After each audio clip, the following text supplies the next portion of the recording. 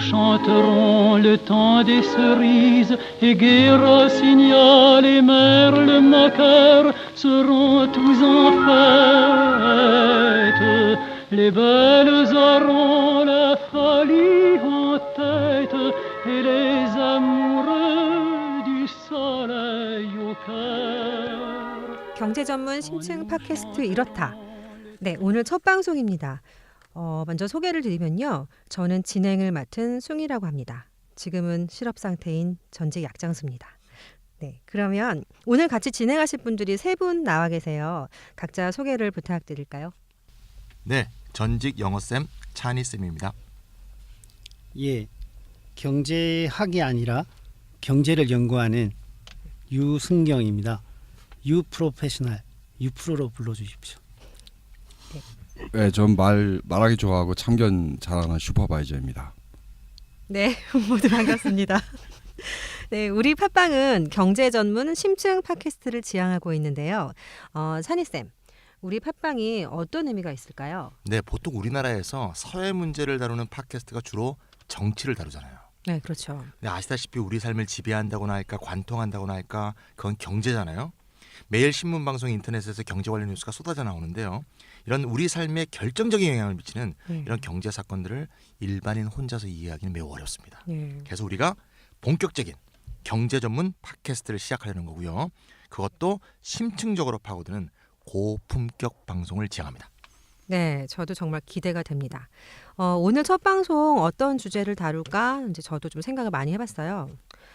제가 며칠 전에 대출을 받았기 때문에 얼마 전에 미국 FOMC에서 전격적으로 금리를 인상했다고 하더라고요. 그래서 오늘은 이 미국 금리 인상의 의미와 영향에 대해서 한번 알아보겠습니다. 그런데 유프로님, 그 FOMC가 뭔가요? 예, 한국의 중앙은행은 한국은행입니다. 일본의 중앙은행은 일본은행이고요. 네. 그런데 미국의 중앙은행은 네. 미국은행이 아니라 미국 연방준비제도이사회입니다. 줄여서 미연준이라고 부르죠. 네. 그 이사회 산하에 연방공개시장위원회를 Federal Open Market Committee라고 하는데 줄여서 FOMC라고 하죠. 한 달에 한 번씩 열리고요. 우리나라로 하면은 금융통화위원회에 해당됩니다. 아, 그렇군요. 그러면 그 연방준비제도 이사회의 산하에 연방공개시장위원회에서 12월 16일에 기준금리를 제로해서 25bp, 그러니까 즉 0.25% 올렸대요.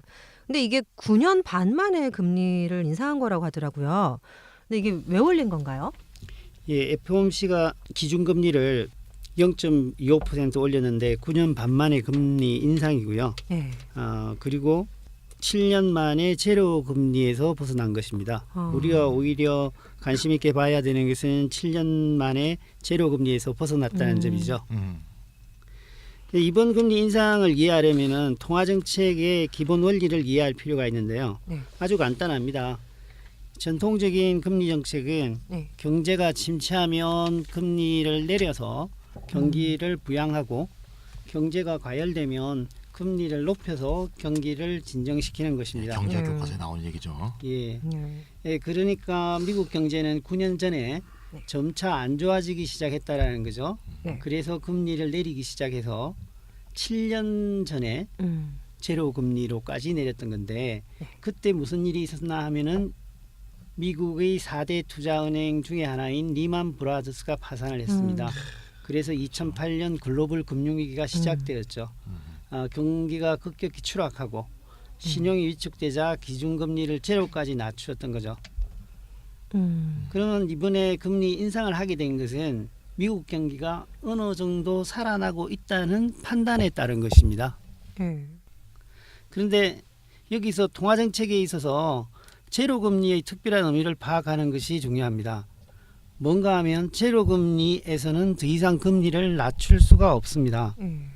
금리를 제로 이하로 내린다는 것은 마이너스 금리를 의미하는데요. 만일 대출금리가 마이너스이면 은행은 돈을 빌려주고 일정 기간마다 이자를 받는 것이 아니라 이자를 내어주는 것을 말합니다. 아, 좋네요. 그거 좋겠다. 그러니까 도리어. 그런데 은행으로서는 그럴 바에야 대출을 해주지 않는 것이 더 이익이기 때문에 이런 일은 일어날 수가 없는 거죠. 좋아했네. 그래서 정책 금리의 하한선은 0%입니다. 그런데 최근 유럽 중앙은행이 마이너스 금리를 적용하는 예외적인 사례가 나타났는데 이것은 다음에 기회가 있을 때 설명드리도록 하죠. 네. 그러니까 금리를 내리다가 이제 제로 0이 되니까 더 이상 내릴 수가 없고 이제 그러면 이제 금리 정책은 쓸 수 없는 거네요. 그렇죠. 그러면 이렇게 제로 금리 상황인데 여전히 경기가 나쁘다. 그러면 이제 그 다음에는 어떻게 해야 하나요? 그러한 경우에 사용하는 정책이 이른바 양적 완화 정책입니다. 많이 들어보셨죠? 네.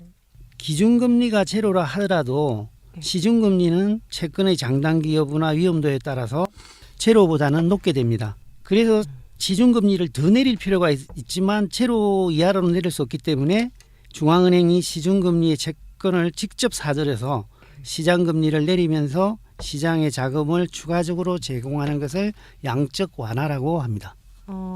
근데 이제 기준금리는 제로인데 시중금리는 제로보다 높다. 이게 불일치가 되는 건데 그게 왜 그런 건가요? 예, 그건 제가 말씀드리는 게 좋을 것 같은데요. 기준금리란 말은 이제 계속 썼는데 네. 기준금리가 뭔가 하면 중앙은행이 네. 정책 수단의 기초로 삼는 대표금리. 네. 이건 이제 기준금리라고 하는데요. 네. 나라마다 이제 기준금리를 뭐로 설정하느냐가 이제 좀 차이가 있습니다. 미국에서 기준금리에 해당하는 게 Federal Fund Rate, 연방기금금리라는 건데요. 미국의 연방기금금리는 은행 간에 돈을 꿔주고 받을 때 쓰는 금리를 연방기금금리라고 합니다. 다시 말해서 미국의 기준금리가 제로다 이 말은 미국의 은행끼리 서로 돈을 주고받을 때 이자가 없다는 얘기예요. 요 금리를 미국의 FOMC가 이제 정한 거죠. 근데 이제 은행끼리 빌려주고 받는 게 아니고 이제 은행이 개인한테 돈을 꿔준다고 하면 상상해 보세요. 근데 개인은 돈을 안 갚을 수가 있잖아요. 은행 입장에서 돈을 떼일 수가 있잖아요. 이걸 어려운 말로 이제 경제학에서 위험도 이러는 거죠. 그러니까 기준금리가 제로라 하더라도 사람한테 꿔주는 이런 시중금리는 제로보다 높을 수밖에 없는 거죠. 그러니까 채권도 마찬가지인데 채권을 산다, 채권을 매입한다. 결국 돈을 꿔준다는 얘기 아니겠습니까? 네. 따라서 결국 채권의 경우에도 시중 이자가 있을 수밖에 없다. 이렇게 생각하시면 되겠습니다. 이제 그러니까 제로 금리는 은행이 지들끼리 빌려줄 때 지들끼리. 그때나 적용하는 거고 네. 뭐 개인이나 저희 같은 개인이나 기업한테는 이제 제로보다 높은 시중 금리를 적용하는데 그러니까 그 양적 완화라는 게 그러니까 이 시중 금리를 더 끌어내리게 된다. 네, 그러니까 기준금리는 네. 더 내릴 수 없으니까 뭔가 금리를 내쳐야 되는데 네. 제로보다 높은 곳에 설정되어 있는 시중금리를 더 낮추는 거 이게 이제 양적 완화하는 거죠. 이걸 좀 제가 예로 들면 좀 더 이해하기 쉬울 것 같은데요. 중앙은행이 국채 혹은 회사채까지도 가끔은 매입해서 돈을 이제 시장에 막 밀어넣는 거 이게 양적 완화인데요. 채권이 있다고 봅시다. 액면이 1억 원짜리 채권이고 액면 이자가 0.3%인 채권이 있다고 한번 칩시다. 네. 그럼 1년에 승희님 이자가 얼마나 됩니까? 1억 원인데 0.3%면 30만 원. 30만 원. 네. 그러니까 1년에 이자가 30만 확정 원. 이자로 30만 원 나오게 돼 있는 거죠. 근데 만약에 이제 중앙은행이 이제 국채를 막 매입한다고 봅시다. 그럼 국채를 막 매입하면 국채 수요가 높아지잖아요. 네. 어릴 때 수요 공급 이론 배우셨죠? 그렇죠. 어떤 거에 대한 수요가 높아지면 가격이 올라가요, 떨어져요? 올라가죠. 가격이 올라가죠. 네. 그러니까 중앙은행이 국채를 매입한다는 건 국채 수요가 증가하는 거니까 음. 국채 시장 가격이 올라가게 됩니다. 그러니까 국채 값이 올라간다고. 네, 국채 값이. 그러니까 액면은 1억 원이지만 1억 원보다 돈을 더 많이 줘야 살 수 있는 거죠. 예를 들어서 1억 원짜리 액면 채권이 1억 5천에 거래가 되었다고 한번 봅시다. 그럼 1억 5천에 그 채권을 샀어요. 네. 채권의 액면이자 영어로 이제 쿠폰이라고 하는데 이거는 그대로잖아요. 0.4%고 확정이자 얼마 아까? 30만 원. 원. 네. 근데 1억 5천에 산 사람 입장에서 보면 네. 1억 5천에 사놓고 이자는 30만 원 나오잖아요. 음. 그럼 1억 5천 대비 30만 원은 몇 프로예요? 0.2%가 0.2%가 되죠. 그러니까 원래 이 채권은 0.3%였는데 채권 가격이 오르게 되면 실질 이자가 결국 0.2%로 하락하게 되는 결과가 생기는 거죠. 그러니까 이제 산 가격에 비해서. 그렇죠. 예. 그러니까 채권을 자꾸 매입하게 되면 결과적으로 채권의 실질 이자가 떨어지게 되는 거예요. 예. 그럼 원래의 정책 목표 시중금리를 떨어뜨린다는 정책 목표가 달성이 된 거죠. 이렇게 채권 금리가 떨어지게 되면 은행 대출 등 시중금리 전반이 영향을 받게 돼서 결국 시중금리가 전반적으로 떨어지는 경기 부양 효과가 발생하는 겁니다. 이게 바로 양적 완화. 그래서 지난 6년간 미국이 양적 완화로만 무려 4조 5천억 달러를 퍼부었다고 합니다. 근데 문제는 이게 경기 부양 효과가 있는가예요. 그 돈을 퍼온다고 해서 경기 부양 효과가 있는 게 전혀 아니고. 그게 문제죠. 예. 이게 은행이 결국 시중은행이 대출할 때 떼일 것 같으면 대출을 안 해줄 거고, 그리고 뭔가 사업성이 있는 사업을 하는 사람만 빌리러 올 거고, 그리고 기본적으로 물건 사줄 구매자의 구매력이 있어야 되는데 이런 다른 거시경제 문제는 전혀 도외시하고 통화정책만으로 이 경기 부양 효과를 만들어낼 수 있다는 게 이 발상 자체가 문제인 거고요. 굉장히 일면적이고, 그리고 두 번째는 각국이 다 다퉈서 양적 완화를 한다고 합시다. 그럼 환율 인하 경쟁을 하는 건데 그게 전 세계 경제에 끼치는 영향이 어떨 것인가, 뭐 이런 것들을 다 생각해 볼 필요가 있는데 사실은 뭐 전통적인 방식의 금리 정책은 아니라 그러지만 굉장히 일면적인 접근 방식이라고 보여집니다. 그렇죠. 재정 정책을 쓸 수 없다는 게 결정적인 문제일 것 같고요. 그 문제에 대해서 좀 다뤄볼 필요가 있을 것 같아요. 예. 제가 4조 5천 달러가 큰 돈이에요. 아니 그러니까 우리나라 돈으로 그러면 느낌이 안 와. 4천조? 4천조가 넘는 5천조, 5천조 정도. 예, 환율이 예. 1,100원 우리가 가까이 하니까 그렇죠. 조 단위로 가면은 계산이 안 5천조. 됩니다. 억 달이 될 느낌이 안 오는데. 그게 다 달러. 네, 조 네. 달러지. 달러가 되면 그러니까 더 5천조. 감동이 오는데요. 네. 그래서 대강의 기준을 정해보면 감을 잡을 수가 있습니다. 예. 2014년 기준으로 전 세계 GDP, 전 세계. 전 세계요. 전 모든 세계 나라를 모든 다. 나라를 네. 다 합했을 때 네. 77.3조 77.3조. 예, 달러. 달러. 달러. 달러. 그 중에서 미국이 20 몇 %를 차지하는데 네. 17.5조가 미국의 GDP입니다. 달러. 달러입니다. 아, 17조 달러. 1년에. 예. 아, 그리고 그러면? 우리나라가 네. 1.3조 달러 정도가 GDP에 해당하죠. 우리나라 GDP의 3배 이상이 3배가 넘네요. 지난 6년 동안 미국의 양적 완화에 양적 완화에 들어갔다는 거죠. 엄청나게 많은 돈 내려왔네요. 예. 예, 대략 음. 조 단위로 예. 액수가 나오면 세계 GDP가 77조다. 그런 거 좀 외워놔는 게 외워놓고 좋을 것 같아요. 넣으면 외워놔야지 좋을 것 느낌 나올 것 같습니다. 같아. 우리나라는 1.3조다. 이렇게 외워놓으면은 감을 좀 잡을 수가 있죠. 그러니까 이제 양적 완화라는 게 그 한동안 언론에서 신문지상에서 QE라고 해서 엄청 떠들었던 예. 그거죠. 퀀터테이티브 예. 이징. 근데 이제 제가 얼핏 알기로는 듣기로 금리 조작은 전통적인 통화 정책이라고 하고 양적 완화는 비전통적인 통화 정책이라고 한다는데 이게 이제 비전통적이란 말은 예전에 잘 안 해왔던 그런 일이라는 얘기 같거든요. 이제 뭐 기준금리가 이제 제로라서 더 내릴 수가 없으니까 이제 급기야 이제 비전통적인 기법인 양적 완화를 쓴다고 하셨는데 그럼 이제 뭐 양적 완화 말고는 다른 손쓸 일이 없었던 건가요?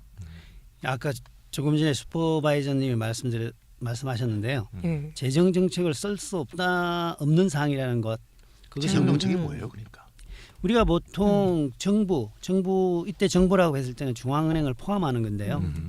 정부가 경제에 개입하는 방식으로는 두 가지 정책을 이야기합니다. 중앙은행이 실시하는 통화정책, 즉 금리정책, 그리고 또 하나는 정부가 직접 재정을 지출하여서 투자와 소비를 늘리는 재정정책.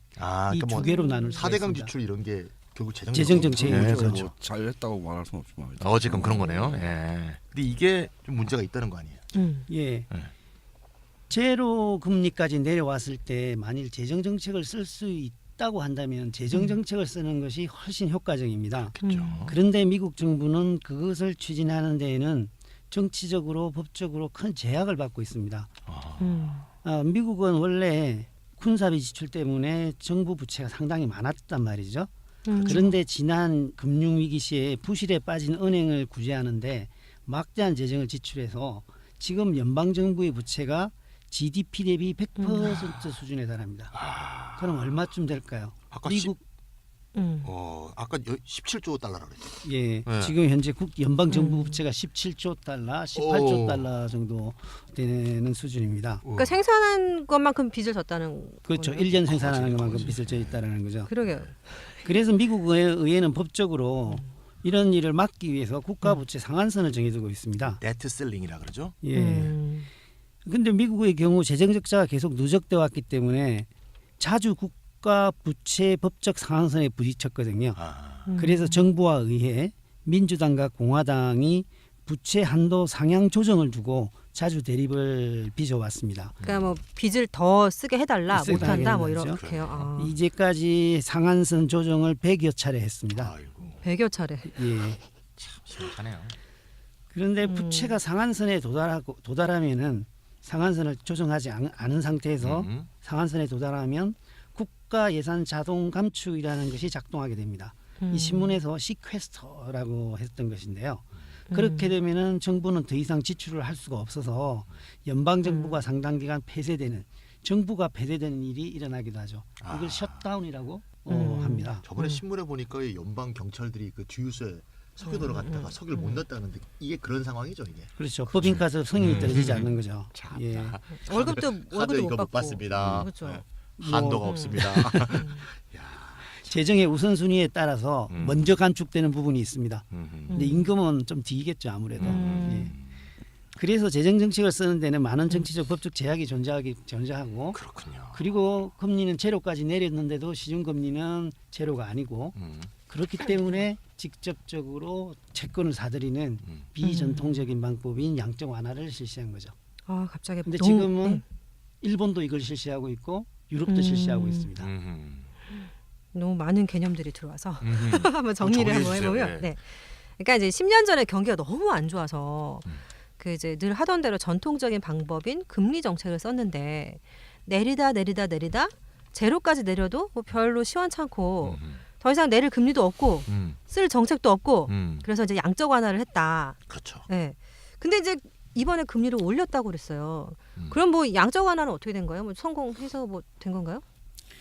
그 전에 종료했죠. 아. 정상으로 이제 금리를 이미. 가져가겠다고. 이제 양적 완화, 직접 채권을 사들이는 것은 중단했지만 이것도 점차적으로 줄였었죠. 1차이죠. 그것은 중단했지만 제로 수준의 금리는 계속 유지해 오다가 1년 2개월 만에 제로 금리에서도 벗어난 거죠. 이제까지 양적 완화는 3차에 걸쳐 추진되었고요. 2008년에 1차, 2010년에 2차, 2012년에 3차를 실시하다가 어느 정도 경기가 살아난다고 생각되니까 양적 완화의 양을 줄여 나갔습니다. 그러니까 채권 매입 양을 줄인다는 거죠. 예, 네. 그때 테이퍼링이라는 말이 나왔죠. 아 테이퍼링. 예, 이걸 점점 줄이는 정책을 취하다가 2014년 10월에 종료를 했던 거죠. 그 테이퍼링이란 말이 그 촛불을 보시면 초가 이렇게 타올라가지 않습니까? 그러니까 뚱뚱하던 촛불이 이렇게 쭉 올라오면서 가늘어지듯이 어떤 양이나 크기를 서서히 줄이는 거 이걸 테이퍼링이라고 하거든요. 이걸 이제 양적 완화 양을 줄이는 데 쓰는 거죠. 아 저도 이거 테이퍼링이라는 말 좀 들어본 게 그러니까 약을 복용을 하다가 갑자기 뚝 중단하잖아요. 그러면 이제 부작용이 일어날 수 있거든요. 그랬을 때 조금씩 감량을 하는 약을 조금씩 양을 줄이는 걸 우리가 이제 저희도 테이퍼링. 역시 약장사라서 잘하시는구나. 아, 네. 네 그렇습니다. 그래서 그러면 이제 미국 정부가 금융위기 이후에 한동안 이제 그 죽을 썼던 그 미국의 실물 경제가 이제는 좀 살아났다, 뭐 침체에서 탈출했다, 뭐 이렇게 판단한 건가요? 상대적으로 네. 유럽이나 일본이나 여기에 비해서는 그리고 2009년에 비해서는 경기가 살아난 것은 분명합니다. FRB는 미 연준은 실물 경제 개선의 지표로서 실업률과 인플레이션율을 제시하고 있습니다. 미국의 공식 실업률은 2009년 위기 시에는 10.0%를 초과했었거든요. 근데 이후 지속적으로 하락해서 지난 2015년 11월에는 7년 반 만에 가장 낮은 5.0%를 기록했습니다. 실업률이 반이 됐네요. 그럼. 반동은 그렇죠. 5.0%라고 한다면 미국은 대체로 4.9% 정도를 완전 고용 상태라고 말합니다. 완전 고용에 가까워진 것이고 위기 이전 수준과 같은 것이죠. 그리고 성장률 면에서도 2008년, 2009년에는 마이너스를 기록했는데 2010년부터는 2.0%대를 그런 대로 유지하다가 2015년도에는 2.5%를 성장한 것으로 추정됩니다. 아직까지 완전히 통계는 나오지 않았거든요. 그래서 금리를 인상한 거죠. 그렇군요.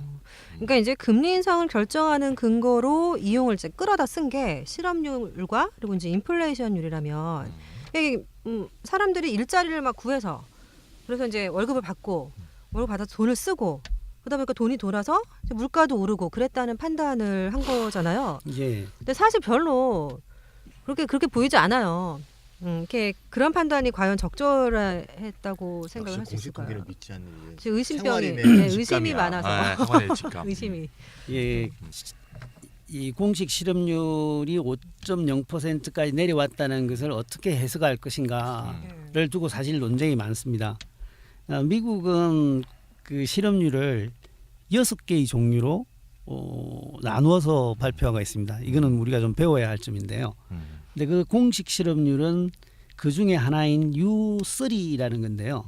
이것은 파트타임 노동자와 임시 노동자를 모두 취업자로 분류하기 때문에 네. 고용 불안정이 심화된 지금의 미국 노동시장을 제대로 반영하지 못하는 문제가 있습니다. 그러니까 무슨- 잠깐이라도 그냥 그렇죠. 취업을 했다. 예.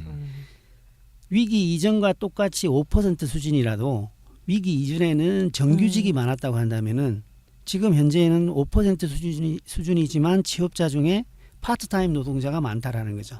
1시간 이상만 일하면 되거든요. 일주일에요. 그래서 이렇게 불안정 노동이 많은 상황을 반영하지 못하는 수치다라고 하는 비판이 제기되고 있습니다. 그러니까 이제 그 숭이님 그 실업자라는 한국말은 네. 진짜 일이 없다는 얘기 아니에요. 아 일을 놀고 있는 사람. 돈이 저처럼. 없다 이런 뜻이잖아요. 그렇죠. 근데 일을 못해서 돈을 못 버는 사람. 근데 경제학에서는 실업자가 그렇게 단순하게 말하지 않고요. 네. 예를 들면 이런 사람이 실업자가 아니에요. 예를 들면 나는 아예 일 안 할래. 일을 아예 단념한 사람. 이런 사람이 실업자 통계에서 빠져요. 실업자가 아니에요. 아, 그럼 일이 이제 없는데도 일자리를 불구하고. 구하다 에라이 뭐 이렇게 네, 돼버리면 그래도 그건 실업자에서 실업자가 빠져요. 아니에요? 그러니까 실망실업자. 실망 실업. 영어로 discouraged workers라고 하는데 또는 이전까지는 구직 활동을 하고 싶어 하다가 좀 실망이 돼서 4주 동안 구직 활동을 안 했어요. 그럼 그 사람 또 실업자에서 빠져요. U3 ILO U3 그 기준이 4주 지난 4주간. 예, 그렇죠. 지난 4주간. 그렇죠. 그러면 또 문제가 있는데요. 4주를 넘게 일자리 못 구하면 그냥 실업자에서 아니에요? 빠져버리니까 실업자도 아닌 거예요. 실업자도 그러면? 아닌 거죠. 또 ILO 규정에 따르면 네. 취업자 규정도 문제가 있는데요. 취업의 개념이 뭐냐? 일주일 동안 1시간만 일하면 취업자예요. 아, 그게 네. 뭐 일한 거예요, 그게. 그러니까 공식 실업률이 여러 가지 문제가 많기 때문에 U3라 그랬죠 아까 U3를 사용하지 말고 U6라는 실업률을 사용하는 게 좋다라는 의견도 있는데요. U6는 뭔가 하면 아까 했던 U3 개념에다가 구직 단념자 좀 전에 이제 우리 말씀하셨죠 그 일하고 싶어도 뭐. 구직을 구직 단념자 구직을 아예 포기한 사람 discouraged 포기한 workers 이것도 실업자니까 사실상 포함시키고 구직을 희망하지만 지난 4주간 구직 활동을 하지 않은 자 이것도 포함시키고 그다음에 part-time 임시직 노동자도 다 더한 수치를 U6라고 하는데요. 그래서 U6로 보는 게 더 낫다 이런 견해도 있습니다. 그래서 한번 체크를 해보면 아까 U3는 5% 정도라고 얘기했잖아요. 예, 예. 근데 그걸 U6로 한번 계산해 보니까 아직도 10% 정도 수준에 달하는 거 이렇게 확인이 됐어요. 큰 변화가 없는 거죠. 큰 변화가 없는 거죠. 위기 이전 수준을 회복하지 그 못한 눈속임을 하는 거잖아요. U3에 속는 거죠. 그렇죠. 예. 또 하나 그래서 이런 문제 때문에 실업률로 경기 지표를 보는 건 문제가 있다. 경기 지표의 수치로는 고용률이 더 낮다. 이렇게 생각할 수도 있는데요. 고용률은 뭔가 하면 생산 가능 인구, 다시 말해서 15세에서 64세 중에서 특정 시점에 취업해 있는 인구 비율을 나타내는 건데요. 미국의 고용률을 보면 금융위기가 발생하기 전에 2007년도에 71.8%였어요. 그러다가 2008년 위기가 생기고 나서 67.6%까지 떨어졌는데 2014년 통계를 보니까 여전히 68.1% 정도밖에 안 돼요. 그 0.5% 겨우 0.5%. 네, 겨우 0.5%는 거죠. 그러니까 공식 실업률인 U3만 갖고 경기가 회복사에 들어갔다는 것은 속단이다 이렇게 볼 수 있고요. 뭐 참고로 이제 2014년 우리나라 고용률을 보면 2014년 우리나라 고용률이 65.3%예요. 그러니까 미국 위기 때 최악일 때보다 훨씬 낮은 그렇죠. 거잖아요. 미국보다도 더 낮죠. 그러면 고용률이 낮으면 실업률이 더 높아야 되잖아요. 높아야죠. 근데 실업률은 미국보다 낮은 3.7%예요. 그러니까 속이는 거죠. 우리나라에 이런 상황이 가정주부가 많은 거죠. 통계가 우리를 속이는 거죠. 구직 단임자나 이런 사람들이 굉장히 많다는 거죠. 실망실업자. 실망실업자들이 쏟아져 있다는 거죠. 근데 이 고용률도 중요하지만 네. 고용의 질도 중요하고 그렇죠. 전반적으로 노동소득 분배율이 좋아졌는지 추세적으로 이런 걸 다 봐야 되고 맞습니다. 결국은 유효 수요가 없는데 물건 팔 데가 없으니까 아무리 양적 완화해봐야 돈이 고용으로 전달되지 않는 거고 그런 문제가 있죠. 그러니까 결국은 재정 정책을 펼칠 수가 없다라는 한계가 이렇게 음. 지표로 나타나는 거예요. 그러네요. 예. 그러니까 이제 그렇게 돈을 푼 게 결국 노동자의 지갑으로 들어가잖아요. 안 들어가는 거죠. 여기 방금 음. 우리나라 실업률이 3.7%라고 말씀하셨는데 2014년 통계입니다. 예. 2014년에 처음으로 우리나라 고용부에서도 사실상의 실업이라는 수치를 제시한 적이 있습니다.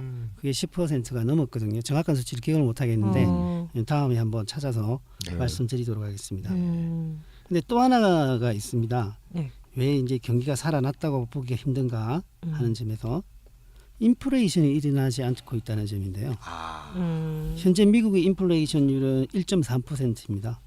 음. 미연준이 목표로 삼고 있는 인플레이션율 2.0%에 크게 못 미치는 거거든요. 그러네요.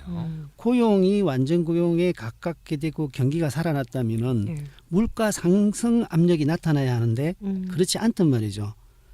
그래서 사실상 고용 지표가 나타내는 정도로 경기가 실질적으로 개선된 것은 아니지 않는가 하는 문제 제기를 하는 겁니다. 그 돈을 4조 달러 이상 퍼부어졌는데도 인플레이션이 안 일어났다. 이거 그렇죠. 굉장히 그렇죠. 참 이해하기 아니, 어려운 소위 거 어디가 아니에요? 안 가져가는 있었네요. 거죠. 예, 그렇죠. 그 뭐 전문 용어로 하면은 화폐의 유통 속도 안 가 도는구나, 중화되었다는 돈이. 건 어디 모여 그렇죠. 있나 봐요? 모여 있는 거죠. 모여 있. 그러니까 우리가 신문에서 보면 왜 기업들도 투자를 하지 않고 산에 유보하고 유보하고 있다. 그런 게 있다든지. 이제 회전이 안 되는 거죠. 예. 그래서 내가 못 봤구나. 사실 1차 양적 완화는 MBS 사들인 거고요. 아. 그리고 뭐 2차, 3차는 이제 주로 국채 매입 이렇게 간 건데 음흠. 거기서 끊어지는 거죠. 그렇죠. 더 이상의 순환이 아니라. 개인 입장에서 어떻습니까? 돈을 이렇게 풀었을 때 개인 입장은 어떻게 되는 거예요? 빚부터 갚아야죠. 빚부터 갚아야 되는구나. 그럼 다시 돈이 나갔다 또 들어오네요. 은행으로. 그렇죠. 그런 거죠.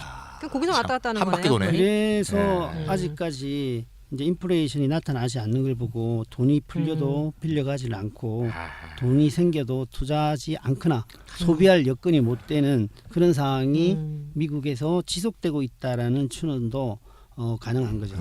근데 아무튼 매우 역설적인 상황인 것만은 분명합니다. 이 통화주의 경제학이 옛날에는 인플레이션을 2%에서 억제하는 게 목표였거든요.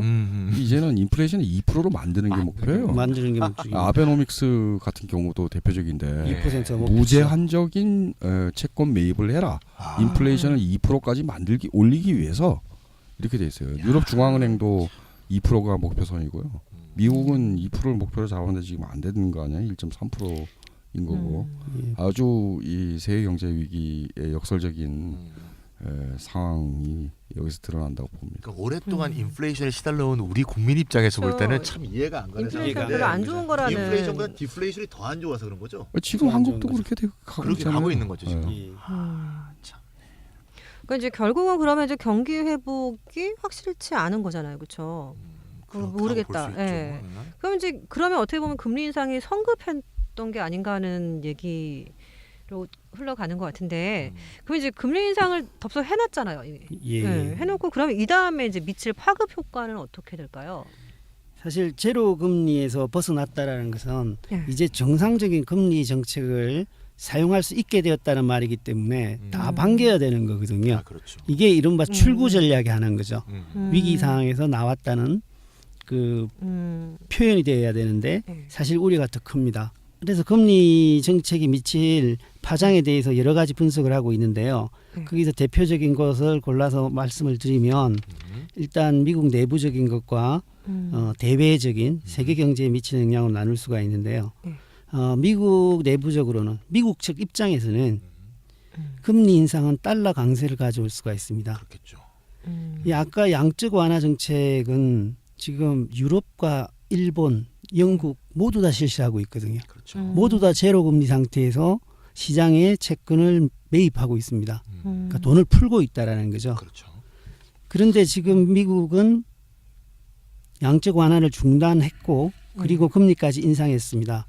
그래서 이미 달러가 강세를 보여오고 있었고 앞으로 금리를 더 인상한다면 더 강세를 보이게 되는 거죠.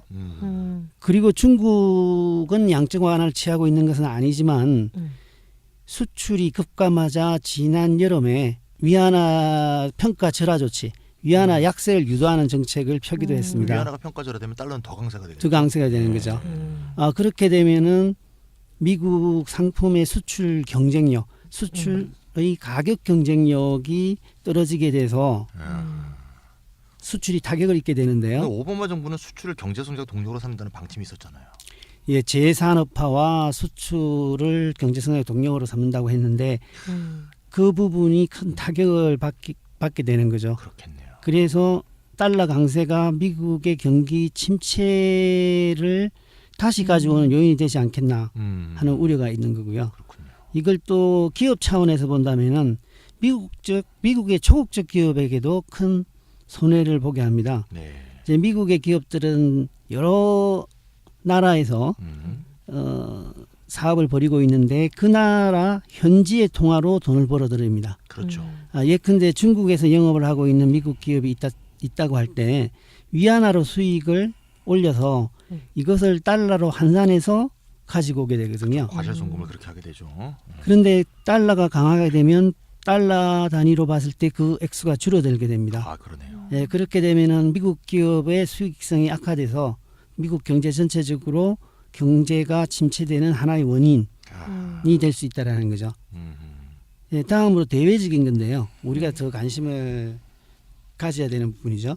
이 미국이 저금리 정책, 제로금리 정책과 양적 완화를 통해서 돈을 풀게 되자 이 돈들이 미국에서 빠져나와서 상대적으로 성장률이 좋은 신흥 개도국의 시장에 투자되었습니다. 이 말은 무슨 말인가 하면 주식 시장이나 채권 시장이나 부동산 시장에 들어가서 자산을 매입했다는 거죠. 그러니까 그 이머징 마켓이. 이머징 마켓에요. 우리나라도 주식 시장에는 한 30%가 외국인 자본이죠. 그런데 이제 미국이 금리 상승, 이번 금리 인상을 계기로 금리를 계속 올려간다고 한다면은 자금이 개도국에서 빠져나와 미국으로 한류될 수가 있거든요. 그렇게 되면은 개도국의 자산 가격이 하락해서 부동산 버블이 올 수도 있고 버블이 깨지는 거죠. 깨지는 거죠. 예. 거품이 터지는 거죠. 예, 달러 부족 사태를 겪을 수가 있는 점이 있습니다. 그리고 마지막으로 가장 우려되는 점인데요. 신흥 개도국 기업의 파산이 야기될 수 있다는 점입니다. 그러니까 미국이 제로 금리를 유지하고 있는 상황에서 신흥 개도국 기업들은 미국에서 달러를 많이 빌렸습니다. 그렇겠네요. 그런데 그 시기에 중국이 경기 부양책을 쓰면서 전 세계 원자재 시장, 원유, 동, 철광 이런 가격들이 엄청나게 올랐거든요. 화랑을 빚었습니다. 그래서 신흥 개도국 기업들이 미국에서 싼 이자로 돈을 빌려서 자원개발 분야에 많은 투자를 했습니다. 그러네요. 대표적인 나라가 자원이 많은 러시아, 아르헨티나, 나이지리아, 브라질, 태국, 인도 등을 들 수가 있는데요.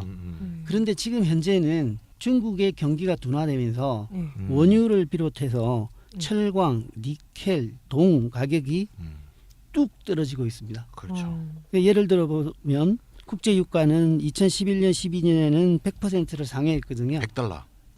100달러를 상회했죠. 많을 때는 130달러도 갔던 기억이 그렇죠. 나네요. 그렇죠. 예. 지난해 2014년에도 100달러를 상회했었는데요. 지금은 40달러 이하로 거래되고 있습니다. 2015년 12월에는 제가 31달러 얼마 되는 것도 네, 끝까지 기억이 나요. 폭락했죠. 그래서 지금 아까 말씀드렸던 자원 의존형 개도국들, 러시아, 브라질, 아르헨티나 이런 곳에 자원 개발 기업들이 이자가 올라갔기 때문에 이자 부담 때문에 파산할 가능성이 제기되고 있습니다. 팔아야 되는 물건은 싸고 예, 빌려온 빌려온 돈은 돈은 갚아야 갚아야 되는 이자는 되고. 높아지고. 그렇죠. 그러니까 빚 무서운 줄 모르고 막 빌려서 하다가. 그러네요. 그리고 늘 원자재 시장이 좋을 거라 생각을 했던 거죠. 그래서 이미 브라질, 러시아 등은 이미 심각한 침체 조짐을 보이고 있습니다. 네, 이것이 가장 우려되는 점이죠. 그게 이제 중국 문제를 봐야 될 것 같은데 네. 중국이 재무부 장관이 작년 여름쯤에 이런 황당한 발언을 한 적이 있어요. 그러니까 미국 이 경제 문제는 미국과 발전된 국가가 문제다. 우린 물건 잘 찍어낸다. 근데 우리 물건 사줄 돈이 없다. 이런 황당한 얘기를 했는데 결국 중국은 수출 주도 성장을 계속 하려고 그러는 거고 그래서 위안화를 떨어뜨린 거고요. 그리고 왜 이렇게 가난해? 우리 물건도 살 돈도 그렇죠. 없고 이런 그리고 얘기죠. 중국은 내수 개발 거의 지금 많이 컸다. 하려고 그러다가 실패했다고 볼 수 있겠고요. 그리고 그러니까 중국이 동력이 있을 때는 원자 시장이 이제 좀 올라간 거죠. 예, 좀 근데 올라간 게 아니죠. 중국 많이 동력이 올랐죠. 이제 꺼진 거고 이게 다시 이제 영향을 미치는 건데 예를 들어 석유 가격이 이제 지금 $30 되잖아요. $40 네, 이하인데 네. 그럼 이제 미국의 이제 세일가스 업체들은 다 망합니다. 이 $60 선에서 경제성이 있는 거고 그러니까 그렇죠.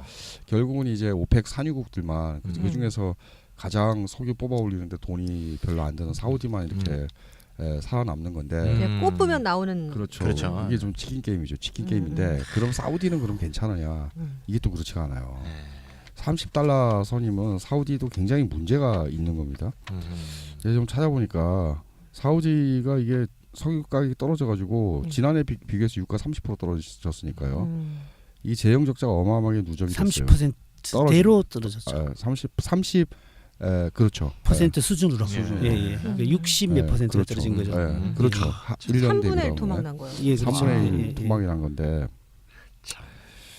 그래갖고 재정 적자가 $980억 정도 됐대요. 1년 작년 1년 재정 적자가. 그래갖고 천억. 이 규모가 약 15% GDP 대비 15% 정도 되고 산유국 전체가 11% 정도의 재정 적자를 가지고 있대요. 근데 이게 뭐가 문제냐? 결국 이제 정치적인 문제까지 이제 되는 건데 얘네들이 아랍의 보험 사태가 있었잖아요. 그렇죠. 그 다음에 무상 공공 서비스를 무지하게 확대했어요. 왕정을 유지하려고. 그러니까 일종의 국민에 대한 이제 복지를 당근 통한 정책이네요.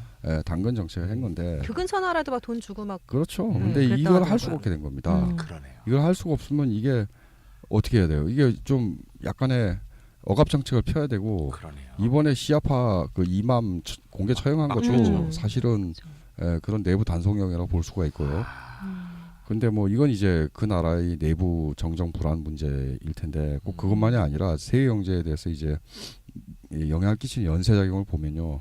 옛날에는 이제 페트로 달러 순환이라 그래갖고 항상 그 석유로 미국에서 돈 받아온 걸 다시 월스트리트에다 집어넣거든요. 그러네요. 근데 그게 유로존이 생긴 다음에 유럽에도 많이 들어갔습니다. 그러니까 월스트리트 페트로 달러 그 순환은 이제 벗어나서 유로존에도 많이 갔는데 당장 제가 찾은 걸 보니까 이 사우디가 유로존에 가지고 있던 주식을 장장 $190억 작년 가을에만 팔아가지고 아이고. 돈이 없나 보네요. 사우디로 다시 돈이 돌아갔어요. 세기했습니다. 이렇게 되면 이제 그 유럽도 가뜩이나 이게 힘든데요. 이게 또 문제죠. 그러니까 계속 서로 이제 불을 지르고 다니는 겁니다. 이게. 누가 먼저 지르기 경쟁하는 거 아니에요? 그 석유 가격 문제는 우리가 또 다음에 다루어야 되는데 그 중국이 세계 석유 수요의 11%를 차지합니다. 어마어마하네요. 근데 철광석은 60%를 차지하거든요. 그러니까 무슨 말씀인가 하면은 철광이나 이런 것의 하락은 중국 요인이 상당히 큰데 원유 하락은 중국 요인만으로 다 설명이 안 되는 거고 방금 말씀하셨던 저 중동의 네, 문제가 산유국들의- 얽혀 있는 거죠. 그러네요. 근데 세상에는 참 지금 온 곳에 위험이 도사리고 있습니다. 유럽 경제도 그렇고. 유럽 경제 같은 경우도 우리 그리스 잘 아시겠지만 3차 구제금융 지금 진행되고 있죠. 예. 시리자가 그때 뭐 받느냐 안 받느냐 뭐 유로에서 탈퇴하냐 마냐 말도 정말 엄청 많았는데 난리였죠. 결국 탈퇴하지 네. 않고 다 받아들인 조건이 됐는데 사실 구제금융이 조건이 아주 엄격하잖아요. 혹독하잖아요. 예, 그거 그렇죠. 준수하지 못하면 올해도 작년 일 그대로 재발할 가능성이 높고 뭐 그렉시트 얘기 네. 나오고 막. 좀 전에 슈퍼바이저님하고 우리 프로님도 말씀하셨지만 중국의 경기가 좀 침체하는 것만 갖고도 그럼요. 세계 경제가 이렇게 막 휘청휘청하는데 음. 만약에 중국이 경착륙하게 된다면 경제가 더 파국으로 간다면 세계 경제에 심각한 상황이 오지 않는가 이런 생각이 드는데요. 아니 우리나라 같은 경우 굉장히 중국에 대한 경제 의존도가 높은 나라잖아요. 예, 제일 높은 나라죠. 아, 그 네. 중국이 예. 경착륙할 수 있다고 그러면 갑자기 머리 현기증이 그러니까 뭐 나는데. 그런 얘기도 있죠. 2008년 미국, 2011년 유럽, 그리고 2016년에는 신흥국 중국을 비롯한 이게 위기에 세 번째 파고가 온다. 그럼 이제 한국이 아마 신흥국 비중이 56%이 정도 될 겁니다. 그러니까 신흥국 시장이 한국 수출의 비중이 굉장히 높은데 물론 그게 중국까지 포함한 거고요. 이거 큰일 나는 거죠, 그럼. 예, 세계 경제 위기의 제1막은 미국에서 열렸고 제2막은 유럽에서 열렸다. 네. 제3막은 중국에서 온다. 이런 이야기들이 제기되고 있습니다. 네. 그러니까 우리가 앞으로 다뤄야 될 것이 이제 중국 위기, 유럽 위기 다룰 것들이 참 많다라는 것을 알 수 있네요.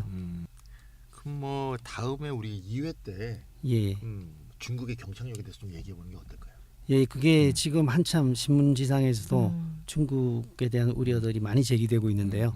이걸 좀 상세히 쉽게 파악해가지고 설명드리는 네네. 시간을 가져야겠습니다. 아, 이게 자연스럽게 우리 이렇다 2회 예고가 나가네요. 미리 네. 뭐짠 각본이죠. 뭐. 네. 네. 아, 이제 그럼 마지막으로 이제 미국의 기준금리 인상이 한국 경제에 미칠 효과를 한번 정리해 주셨으면 좋겠습니다. 예, 한국 경제에 미치는 효과는 조금 전에 말씀드렸던 미국이 대외적으로 미치는 효과 그것에 포함된다고 말씀드릴 수 있겠는데요. 좀 더 구체적으로 말씀을 드리면은 미국의 금리 인상은 우리나라가 통화 정책을 수행하는데 경제 침체를 극복하기 위하여 통화 정책을 수행하는데 큰 딜레마를 야기할 수가 있다는 점입니다. 우리나라의 금융시장에도 많은 해외 자본이 들어와 있습니다. 미국이 금리가 인상되면 외국 자본이 우리나라에서도 빠져나가 금융시장의 불안정성을 높일 가능성이 있는 거죠. 그렇네요. 그럼 이런 것을 막기 위해서는 우리 한국은행도 금리를 올릴 필요가 있습니다. 그렇죠. 네. 이제까지 미국이 금리를 올리면 한국은 3, 4개월 격차로 따라 올렸죠. 금리를 따라 올려왔거든요. 네. 그런데 지금은 사정이 참 곤란하게 돼 있다는 거죠. 금리를 올리게 되면 최근 우리나라 경제의 가장 위험한 대간이라고 지적받고 있는 가계부채 문제가 그렇죠. 높아진 이자 부담으로 더욱 심각해질 수가 있습니다. 그리고 우리 경제도 경제가 보다 더 침체될 수 있다라는 예상이 나오고 있기 때문에 침체 기로 가고 있는데. 예.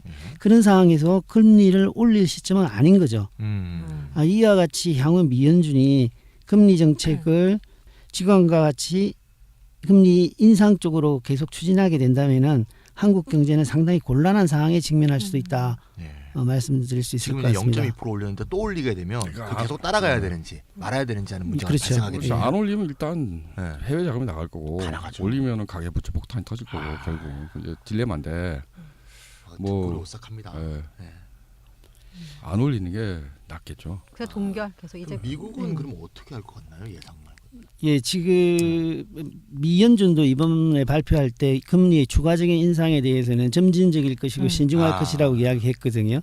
자신들도 금리를 인상했지만 금리 인상의 근거가 그렇게 탄탄하지 않다라는 것을 좀 자각하고 자기들도 있는 것 알겠죠. 같아요. 네. 그 향후에는 예전에 비해서는 금리 인상 속도가 상당히 느릴 것이다. 올린다 하더라도 느릴 것이라고 생각이 들고요. 또 우리나라도 금리가 올라간다 하더라도 미국 금리가 오른다 하더라도 다른 때와 같이 보조를 맞추기만 할 수는 없는 거 아닌가. 국내 사정을 고려해야 되는 그런 필요성이 제기된다 하겠습니다. 그렇군요. 네, 고작 0.25% 올렸을 뿐인데 세계 두루두루 여기저기 문제가 많네요. 무섭습니다. 네, 고품격 경제 전문 심층 팟캐스트 이렇다. 오늘 첫 방송이었습니다. 청취자분들 어떻게 들으셨는지 궁금하네요. 역시 아는 만큼 보인다 이런 말이 맞는 것 같아요. 네, 그럼 이제 아까 예고가 나갔다시피 다음 2회는 중국의 경착륙에 대해서 진행을 해보겠습니다. 다음에도 이렇다 꼭 들어주세요. 네, 여기까지 승희였습니다. 안녕히 계세요. 네. 안녕히 계세요. 안녕히 계세요.